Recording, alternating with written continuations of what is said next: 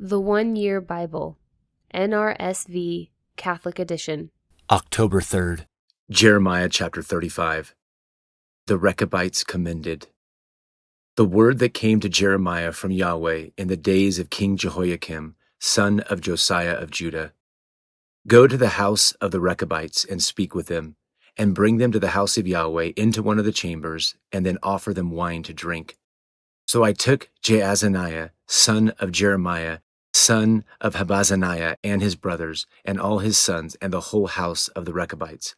I brought them to the house of Yahweh into the chamber of the sons of Hanan, son of Igedaliah, the man of God, which was near the chamber of the officials, above the chamber of Messiah, son of Shallum, keeper of the threshold. Then I set before the Rechabites pitchers full of wine and cups, and I said to them, "Have some wine."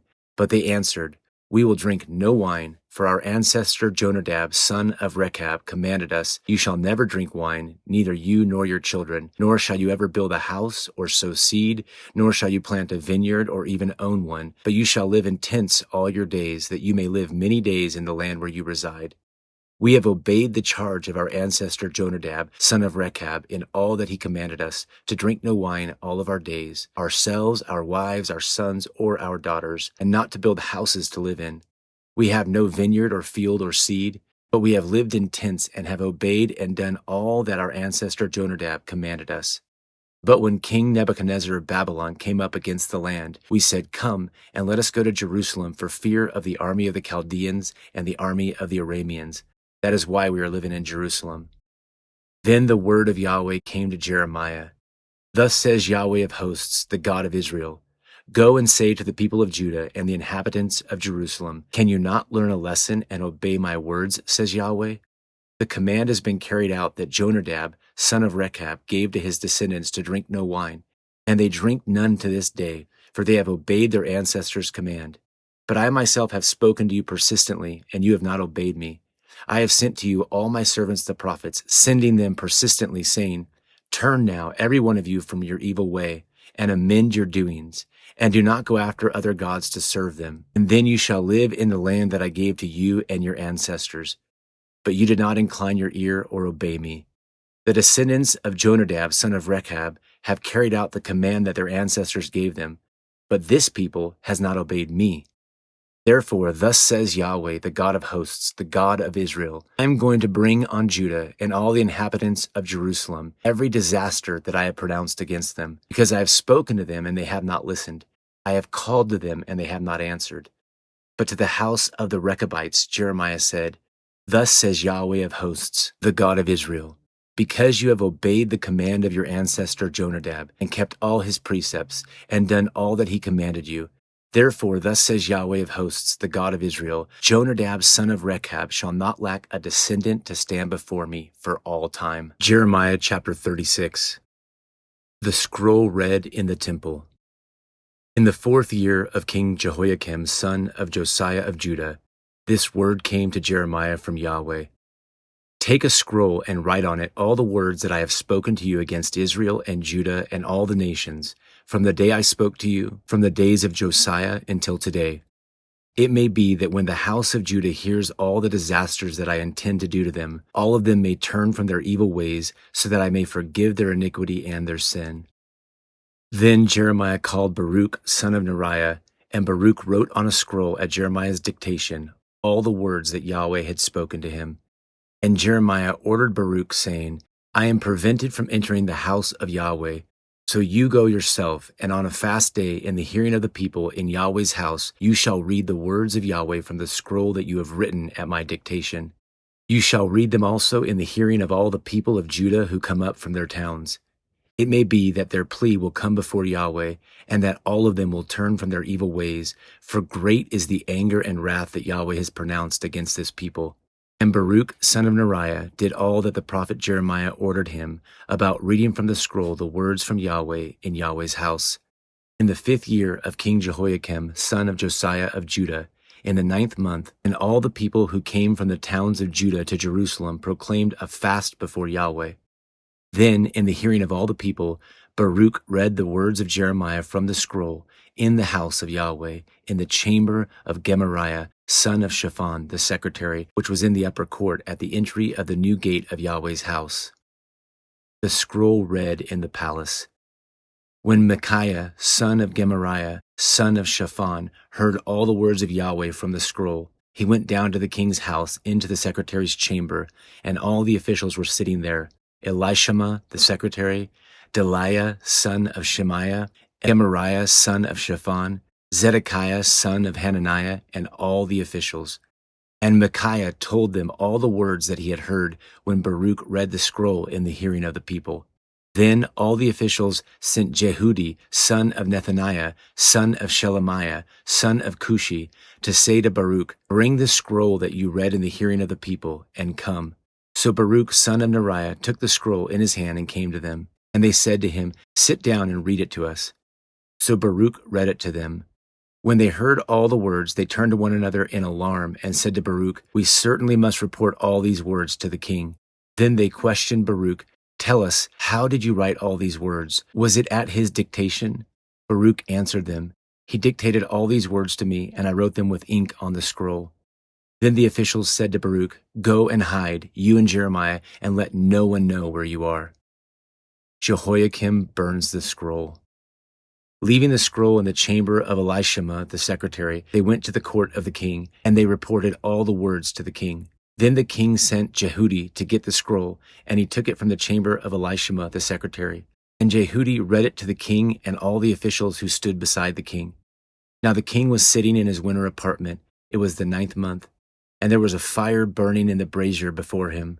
As Jehudi read 3 or 4 columns, the king would cut them off with a penknife and throw them into the fire in the brazier, until the entire scroll was consumed in the fire that was in the brazier. Yet neither the king nor any of his servants who heard all these words was alarmed, nor did they tear their garments.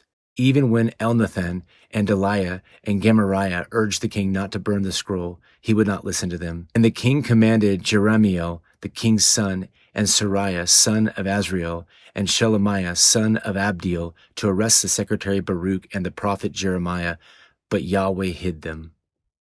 Jeremiah dictates another. Now, after the king had burned the scroll with the words that Baruch had wrote at Jeremiah's dictation, the word of Yahweh came to Jeremiah.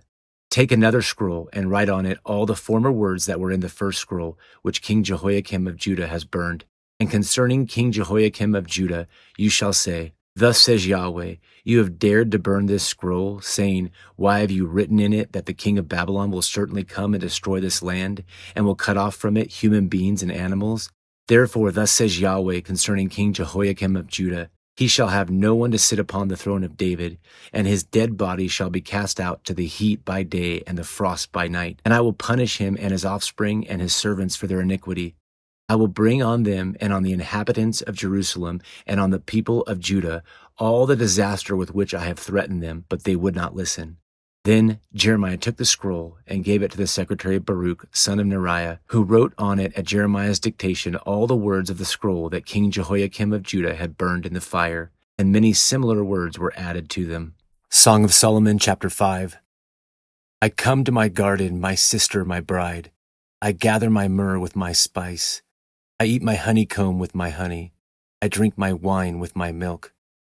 Eat, friends, drink, and be drunk with love. Another dream. I slept, but my heart was awake. Listen, my beloved is knocking. Open to me, my sister, my love, my dove, my perfect one. For my head is wet with dew, my locks with the drops of the night. I had put off my garments, how could I put it on again? I had bathed my feet, how could I soil them? My beloved thrust his hand into the opening, and my inmost being yearned for him. I arose to open to my beloved, and my hands dripped with myrrh, my fingers with liquid myrrh, upon the handles of the bolt. I opened to my beloved, but my beloved had turned and was gone. My soul failed me when he spoke. I sought him, but did not find him. I called him, but he gave no answer. Making their rounds in the city, the sentinels found me. They beat me, they wounded me, they took away my mantle, those sentinels of the walls. I adjure you, O daughters of Jerusalem, if you find my beloved, tell him this, I am faint with love. Colloquy of friends and bride. What is your beloved more than another beloved? O fairest among women? What is your beloved more than another beloved, that you thus adjure us? My beloved is all radiant and ruddy, distinguished among 10,000. His head is the finest gold. His locks are wavy, black as a raven. His eyes are like doves beside springs of water, bathed in milk, fitly set. His cheeks are like beds of spices yielding fragrance. His lips are lilies distilling liquid myrrh.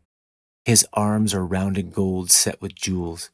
His body is ivory work encrusted with sapphires. His legs are alabaster columns set upon bases of gold. His appearance is like Lebanon, choice as the cedars.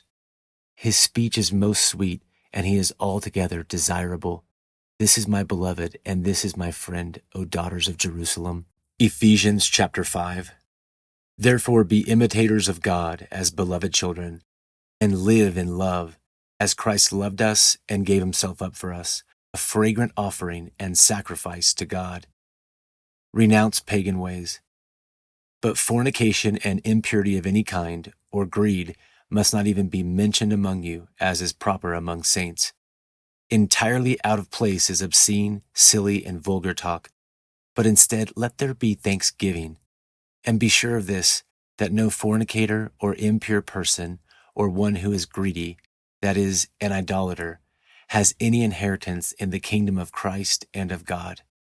Let no one deceive you with empty words, for because of these things the wrath of God comes on those who are disobedient.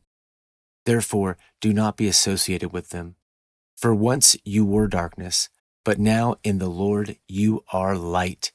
So live as children of light. For the fruit of the light is found in all that is good and right and true. Try to find out what is pleasing to the Lord.